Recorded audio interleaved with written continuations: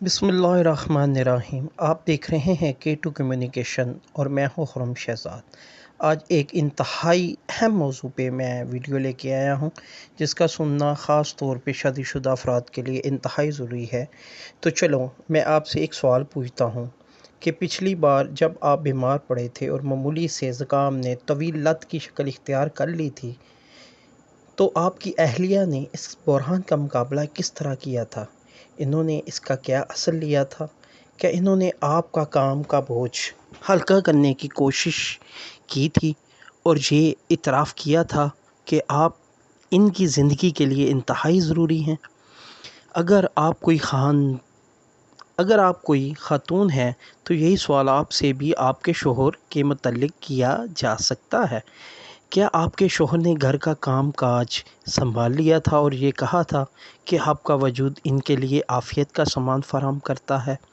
بہرحال آپ شوہر ہوں یا بیوی، اگر آپ علالت میں آپ کے رفیق یا رفیقہ حیات نے پوری طرح آپ کا ساتھ دیا تھا تو سمجھ لیجئے آپ کی شادی کامیاب ہے اور آپ ایک دوسرے کے دکھ سکھ کے ساتھی ہیں۔ معالج، ماہر نفسیات، سماجی کارکن سب ہی اس بات سے اتفاق کرتے ہیں کہ کسی جوڑے کی کامیابی کی آزمائش صحیح معنوں میں ان میں سے کسی ایک کی علالت کے دوران ہی ہوتی ہے۔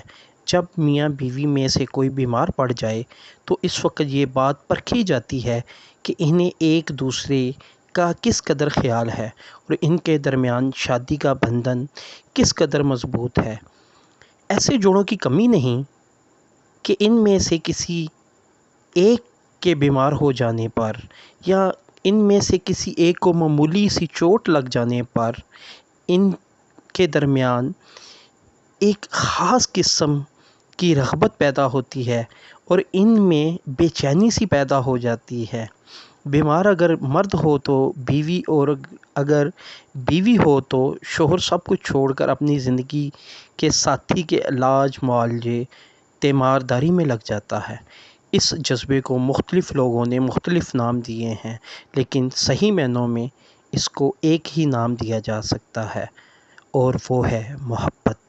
اس لحاظ سے بیماری ہی ایک جوڑے کو یہ معلوم کرنے کا بہترین موقع فراہم کرتی ہے کہ اس کے جیون ساتھی کو اس سے کس قدر محبت ہے اور وقت پڑھنے پر وہ اس کے کس قدر کام آ سکتا ہے۔ ایک ماہر نفسیات کے بقول جب کوئی بیمار پڑتا ہے تو اس پر گویا ایک قسم کی بے چارگی کی سی کیفیت عطاری ہو جاتی ہے اور یہی وہ وقت ہوتا ہے کہ جب ایک بیمار مرد یہ سمجھ سکتا ہے کہ اس کی بیوی اسے کس قدر چاہتی ہے۔ اسی طرح ایک بیمار عورت یہ سمجھ سکتی ہے کہ اس کے شوہر کو اس کا کتنا خیال ہے۔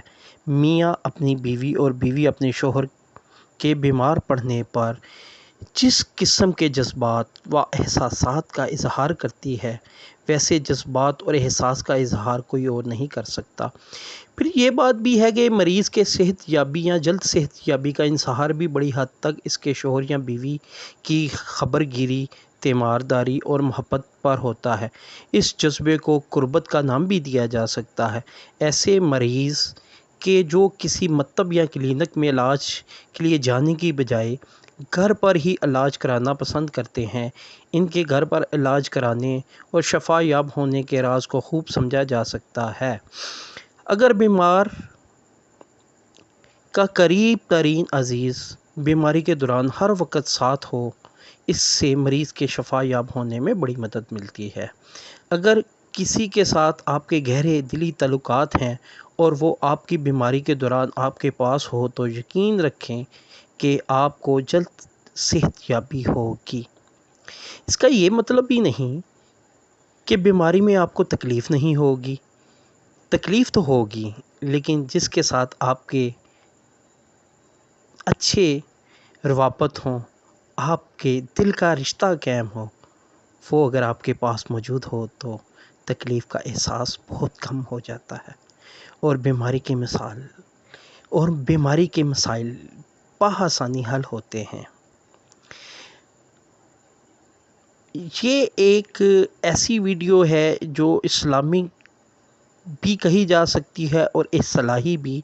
تو اس کا باقی، کیونکہ ویڈیو لمبی ہو گئی ہے، تو اس کا باقی حصہ میں آپ کو دوسری ویڈیو میں انشاءاللہ بڑی اچھے طریقے سے، اور آپ کے اپنے ذاتی روابط کو اچھا کرنے کے لیے ایک کوشش کروں گا کہ میاں بیوی میں ایک اچھے تعلق کس طرح بن سکتے ہیں، اور میاں بیوی آپس میں ایک دوسرے کا کس طرح خیال رکھیں تو ان کی محبت ہمیشہ اور سدا بہار رہے گی. تو اب مجھے اجازت دیجیے. اللہ حافظ.